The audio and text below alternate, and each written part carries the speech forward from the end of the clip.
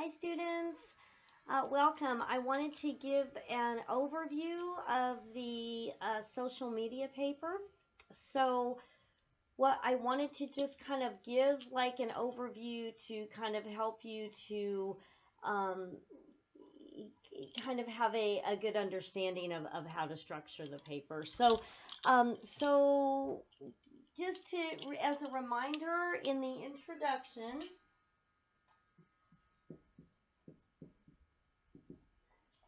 so I'm not going to read the prompt to you in the interest of time because you have it. But remember, just to key us to center into that this is going over the either the benefits of social media or the challenges of social media, or you can take a moderate view. If you do take a moderate view, that's totally fine. But you do need to have a specific idea that you're working with.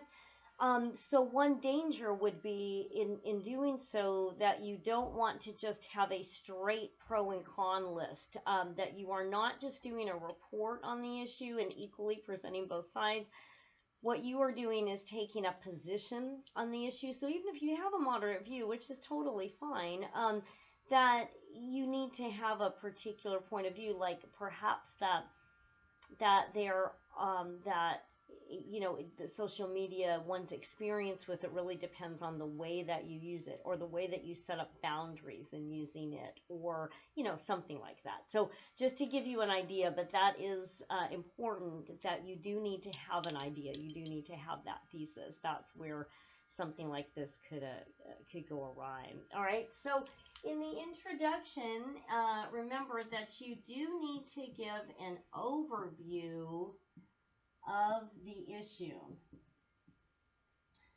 So again, often when you've been doing a paper, you've been thinking about it a lot, thinking about the topic a lot, but the reader hasn't necessarily been thinking about that topic as much as you have. So you do need to give an overview of the issue and of the problem in a sense, or what is trying to be figured out, what is being discussed specifically. You don't want to assume that the reader is exactly where you are and that they have been thinking about this issue as much as you have. Again, they're just skipping down the street and you bring them in to explaining an overview of some of the issues of social media. All right, so you're going to, and then I wanted to make sure that in looking at this issue of social media, you do need to keep the focus on social media. So this doesn't mean all media. So we're not focused on, news organizations unless it is dealing with the way they handle social media. So you're not just going to be addressing CBS News, for example, unless it's a way that they are putting things out on their social media accounts. So you've got to keep a tight focus on that. It's not all electronics. We're not focusing on email, for example, because that is not really social media. It's an electronic means of communication, but that's not what we're talking about here. So we need to keep the focus on, formats like Facebook, Instagram, that sort of thing. All right, so we're using that format. All right. So give an overview of the issue, explain, and how this should take normally about 2 to 3 sentences to just give that overview of the issue. You don't want to start arguing your point before the reader really even understands what the issue at hand is exactly, right? So give an overview of the issue, and then explain the controversy. So explain the controversy. By explain the controversy, I mean by that you are going to explain, why do people disagree about this issue? Why do they have different opinions about this? So you are going to explain both sides in kind of a neutral way at this point, because the reader just needs to understand why people disagree before you are leading them to your point of view. So, and this should be often about probably probably about 2 to 3 sentences as well. You're going to just explain again, why are people disagreeing? And I'm going to put here neutral. Because again, you're not arguing yet. It's not helpful to the reader to argue your point before the reader really understands the issue and why people might disagree. All right. So then you need to transition to your thesis. At this point, you're going to do what I call turning the car. You are now you're turning away from the neutral, just explaining the issue, to starting to get into your point.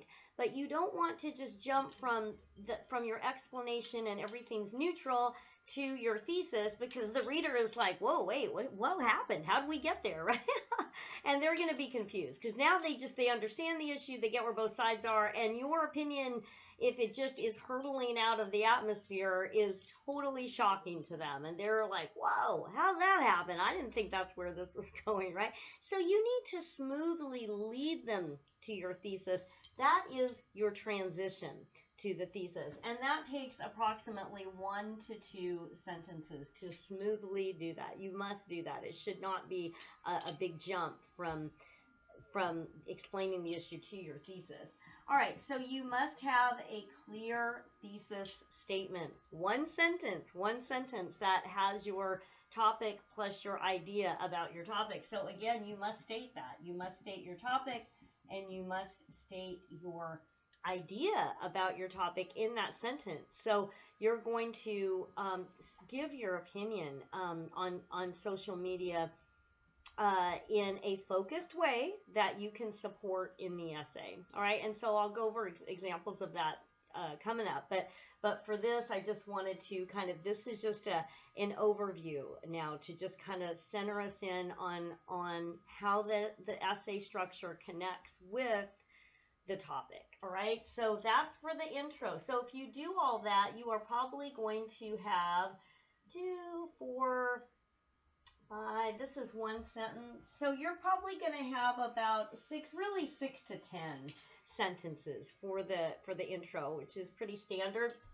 One of these could be 4 sentences. I mean, this is just a guideline to give you. So it's it's not math, but this is just a guideline to kind of give you an overview. So if you have only 3 sentences, it needs further development, and then you can look at what should you do, right? If you have 20 sentences, that's likely a bit too much, really. And for a paper of this length, something that long would be kind of like the tail wagging the dog, so to speak. So to use a cliche, so it would be a bit unbalanced, right? So that just kind of gives you that overview.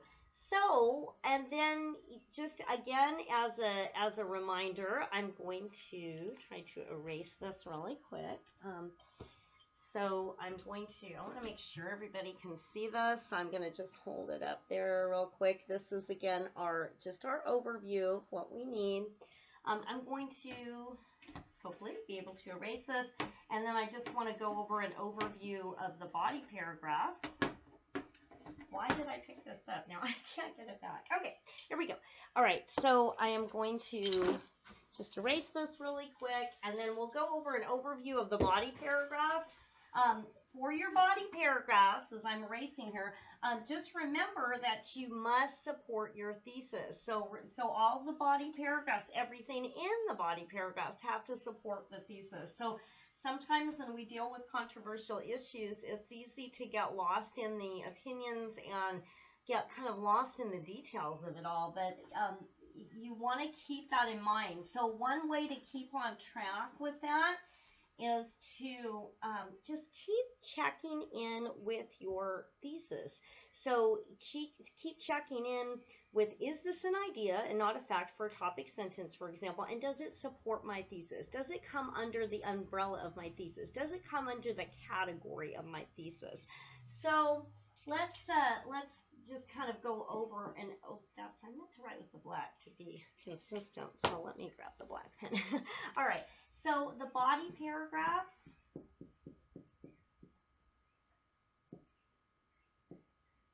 So so the body paragraphs, you want to make sure that every single body paragraph that it has your top, really it needs your transition word. And so transition, word and phrase, and it needs a topic sentence. I'm going to write here topic plus idea for the paragraph. And I'm going to put in parentheses that has to support the thesis. Okay? And then you must have supporting evidence. Okay, and you must have at this level some analysis. All right, so these are for each of the body paragraphs. Remember, and I'll try to hold this up a little bit more so everyone can see better, or try to scoot it a little closer for right now. This easel is a bit tricky, I find. So remember that you need at least three plus, I'll put body paragraphs. A standard essay is 5 paragraphs. You can always have more to meet length requirements or whatever you need to do, but you cannot have less. It's not a complete essay at all if you don't have 5 paragraphs. So you have to have 3 body paragraphs minimum. All right. So in your body paragraphs, you really need to have a transition word or phrase. Yes, you can use your words as the transition to smoothly transition your reader into your topic sentence. So if I didn't say on the last paper that you needed a transition word or phrase, you're fine. But in general, what I find is that sometimes they're little words and phrases and they get forgotten about, but we can't forget about them because they smoothly transition the reader into your next point. So I tend to use the numerical ones in our writers' workshops and overviews because they're easy to remember. They're easy to keep the focus on first, second, and my favorite one is finally. So, but next, moreover, furthermore, in addition, right? Don't forget those because I know that they're little. They sound formulaic. Maybe they did to me at one time. But to the reader, they do not sound little or formulaic. They just smoothly transition to the next point. And the reader says, oh, point. Here's the next point. So they're they're like a sign on the freeway that is directing you to where you need to go. So they are hugely, hugely important. So you have transition words and phrase, topic sentences. So every body paragraph needs that topic sentence. Topic sentences are the building blocks of essays. You must have topic sentences or you do really not have an essay. So I'm going to take a stand on that. But it's very, they're essential. So every body paragraph has to have that mini idea is one way to look at it that supports the big idea, right? So the mini idea supports the big idea. The mini idea is like a reason that you think what you think in your thesis. It's a smaller category, a smaller aspect of the big idea, but it has to be an idea. It's not a fact. So if you said, first, Facebook was invented in, put year in, I can't remember the year. It seems like it went public around 2008 or something like that. But whatever, you just say you looked it up. But that would be a fact. It's not an idea. Facts can be verified. We can look up the information. But an idea is that first, social media could cause problems with self-esteem. That's an idea. It's not a fact. People have different opinions about it. So that makes it an idea. Okay. So you've got to have that idea, and it has to support your larger thesis. It has to come under the umbrella of your thesis. So if you, like a lot of folks, struggle with topic sentences, I mean, I know that like there's a thesis that starts with the T and the topic sentence starts with the T, so sometimes can't talk to it. People are getting them kind of twisted around. Thesis is the big idea of the whole essay. Topic sentence is the mini idea for the body paragraph. But at any rate, if you're struggling with them, and that's a very common struggle, I strongly suggest having it as your first sentence in the body paragraph, because then you know it's there, you can check it off and move on. Essay writing really is a formula, and once you get the formula down, you can write any paper of any length anytime, really. I mean, you just got to get that formula, and once you get the formula, you can, be more creative and within the formula. So there's, if any of you have seen the classic movie The Sound of Music, there's a song, where she sings "Doe, a deer," and all that. I won't sing for you. I mean, I'm tempted, but one of the lines of the song is, once you know the notes to sing, you can sing most anything. And that applies to this, to essay writing, because once you really grasp a hold of essay structure, you can write about any topic at any length. You could be given a 20-page paper in, early American history or something, and here you go. It's the same essay skills, right? So once you get it, it never changes. Essays have had this formula for like hundreds of years, and they're not going to change. So once you get it, you've got it, right? All right, so that said, topic sentence, you have to have one in every single body paragraph. There can't be a body paragraph that is missing one, or it's just, something else, right? It has to have it. All right, so after that, you want to make sure that, well, first before that, I'm going to put a 2A here. That was 2. I'm going to put a 2A because I already wrote my 3. You want to have an explanation. So the topic sentence is one sentence. The explanation, it would be about 2 to 3 sentences. You need to explain the topic sentence to the reader. They're not in our heads, so they weren't there when we had this great idea. They don't know. They're thinking about something else. Skippity-doo-dah down the street they are, but we got to bring them in. So if we're saying that social media is dangerous to self-esteem as an idea in our paragraph, we've got to explain that. The reader is not necessarily where we're at on that. So we need to give them a couple of sentences at least to explain why or how that is dangerous to self-esteem. Okay? Then you need supporting evidence. So you need to, even if you've explained it, they're still like, what do they mean? Like I get it a little bit, but they need a picture with your words. And the supporting evidence is the picture with your words. So this is the little story and it's okay to use personal experience in this essay. So if you have an experience that relates to this and supports your topic sentence, you certainly can use it. If you have observed this and someone that's fine. But you can also bring in other sources with this essay too. So the last essay, I provided you some articles to do to kind of get you started with this essay. I'm going to leave that part to you, that you can use the databases that you learned about in English 120 from the library. It's my understanding as well that the library does have some open hours right now, so you could even go in and ask a librarian for help on that as well. So you can access some good articles that would be evidence, that would give you an illustration of that or a story that you could use. But you need either a little story, maybe some facts. Again, facts can be verified. So and they need to be from a reputable source, and you need to be able to cite that. So I'm not going to go too deep into that right now because I want to keep us on track with this overview. But you must have evidence. So for every claim that you make, you have to have evidence to support that claim. Otherwise, the reader can't really see it like you see it, and they may not be convinced if they don't see any evidence, right?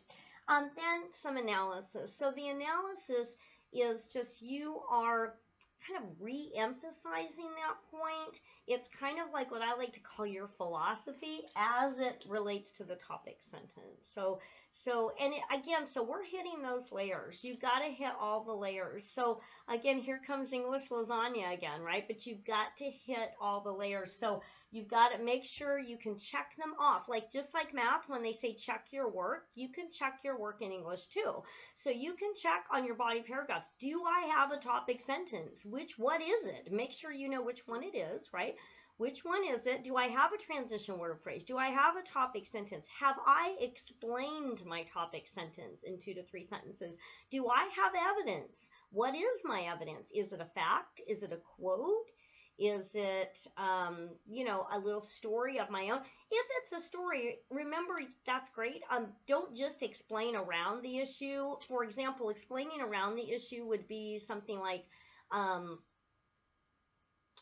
we're still talking about that topic sentence, that if you had a topic sentence that said social media is dangerous to self-esteem, if you said, yes, I have experienced having social media really affect my self-esteem in a negative way.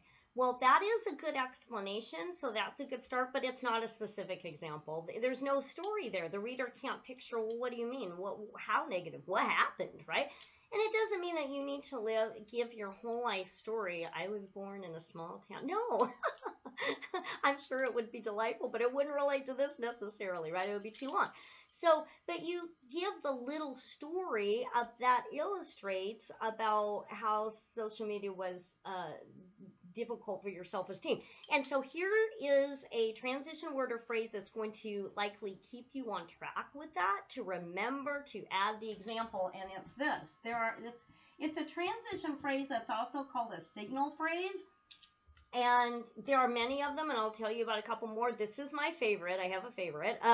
That's called for example. For example, the reason I love it is it's very straightforward and easy to remember. And if you put for example as a signal phrase in every body paragraph, you'll be fine. It honestly doesn't sound repetitive. It just sounds clear. But if you want to mix it up, you could do as an illustration. For instance, that's probably my second favorite. For instance, you could say specifically as an illustration to illustrate this point, etc., right? But those signal phrases say to the reader, example coming up, example coming up. They like that because it's like, oh, here comes the picture, right? I mean, like, it's kind of nice when you're reading like a nonfiction book, like a biography or something, and the writer, how about the writer? The writer includes some pictures, and you could kind of picture the characters because now you have like this visual. I mean, it's kind of helpful. So your words are going to be your picture in that case, and these signal phrases are picture coming up, picture coming up. We like that as a reader, all right? So you've got the supporting evidence, and then again, you want to offer some analysis. Again, your philosophy, your idea about why this is important. Why, in this case, if you're saying that social media was damaging to self-esteem and you've explained it, then you provided an example, then you're offering a couple sentences, 2 to 3 sentences probably, on, again, you re-emphasize that point about that it's damaging to self-esteem, that social media could be damaging to self-esteem. Okay, so if you do all of that, again, topic sentence, 1 sentence, 2 to 3 for the explanation, 2 to 3 sentences for the supporting evidence, and 2 to 3 for the analysis. That way you are building with your layers your body paragraph. So again, that gives you a full paragraph, right? You need each of those layers, right? Just a couple of caveats as I'm thinking about the analysis in this case. Here's a little word to the wise, a little tip. Sometimes, especially in the analysis, it can be in other places, but in the analysis it comes up a lot, is this word, will. No, I'm throwing a little line through will. Because we might say, so this, if you're using too much social media, if one is using too much social media, that will damage one's self-esteem. No, stay away from that, because that's what is called absolute phrasing. I'm going to write that down too. Absolute phrasing. Absolute phrasing. But then I'm drawing a line through it. We don't want to do that. We don't want to do absolute phrasing because we cannot predict the future. We're not here with our crystal ball going, I see and hear that everyone that does this certain thing will be affected in this certain way. I can predict that future, right? No, we can't do that, right? And individuals are all different from each other. So for one person, this experience may have a dramatically difficult effect on their self-esteem. For the other person, it may enhance their self-esteem, or it could be somewhere in the middle.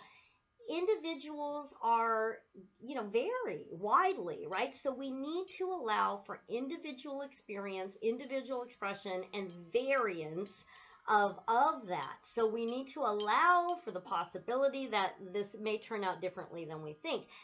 Sometimes we think if we say will, that's going to be the strongest argument, but actually because of this problem, it's likely to not be. So you could say will likely, because now you are allowing for the possibility of something else to happen, or you could just do can and could, and can and could are very effective. It sounds like they wouldn't be, but they're totally fine, and they're very straightforward. So either one of those. So that's a word to the wise. It tends to come up in the analysis a lot, but it could also show up in the thesis statement or anywhere else. So you just want to really watch out for that.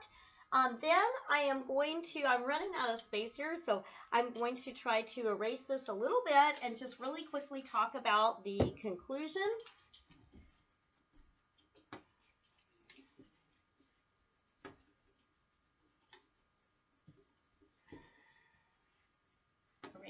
Erase here. Okay, I didn't erase all of it, and my whiteboard is, okay, it's coming off the easel. That's a problem. Okay.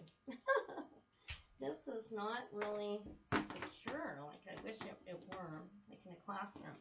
Okay, that's going to be not great, but it's going to be okay. I'm going to move this a little bit, so hopefully it can still be seen. Okay, so conclusion. Remember to touch back on the intro. Touch back on the thesis.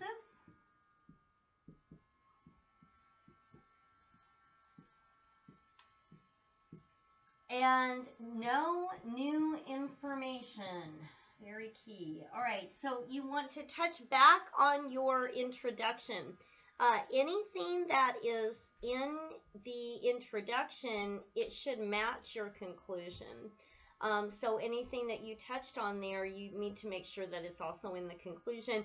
Your thesis, you should touch back on your thesis because it re-emphasizes your point to the reader. Your intro and your conclusion should match like bookends. So one way to check that is it's a good idea always to read over your paper before you turn it in, but then you should also read just the intro and the conclusion. Make sure they match. You don't want to disagree with your thesis in the conclusion. It's actually easy to do that by mistake because we're very complex and we have complex minds. So we can look at different sides of the issue, and that's a wonderful critical thinking skill to be able to do that. So that's a good thing, but you need to not be looking at both sides of the issue, one side in your intro, one side in your conclusion, because it causes confusion for the reader. All right, so some other optional ways to do this is you could choose to, I'm going to put options. You could choose to sum up your topic sentences. So sum up topic sentences. Whatever points you made in your topic sentences, you can sum them up and just kind of go over them again and reinforce them. You can also, you can do what I call getting to the heart of the matter. And I'm just going to put heart of the matter. Sometimes I will ask myself when I'm doing a conclusion, why is this so important? What's really underneath? I mean, there's kind of the superficial layer of, I have to do this. It's an assignment. Oh my goodness, right? So, but what's underneath the issue? Why, I mean, I'm arguing this point, and why is it so important? Like if you're talking about, self-esteem or, whatever it is, but why is that? If you're talking about connection and people connecting, and that's, very valuable or whatever, just get to that heart of the issue, and that's also called a final thought. Now, a final thought is not new information, so it's not, a different, inconsistent with your thesis thought. It is consistent with your thesis, but it's like what I call getting to the heart of the matter. What is underneath the surface layer that you could offer this? Why, that it's so powerful? Why is it so important that we go according to what you see the issue as? Why is it so important that we could follow the path you're advising? Tell them why. I mean, this is your last chance to remind them of what it is. The other thing you could do is you can, as long as it's consistent with your thesis, you can in an argument paper advise the reader to do a certain thing. So if you're advising them, if they're not on social media yet, or have given it up or something, if you're advising them to that they can get on there and still manage it to their liking and set boundaries or whatever, maybe you're going to encourage them to try it or try it again if they haven't. If you're encouraging them to give it up, maybe you're encouraging them to log off and not do that. That you can do that. You could also encourage them to set boundaries or whatever it is you're advising, but you can really suggest some course of action as long as it is consistent with your thesis and not new information. All right, so that is our overview of the essay. So thank you. All right.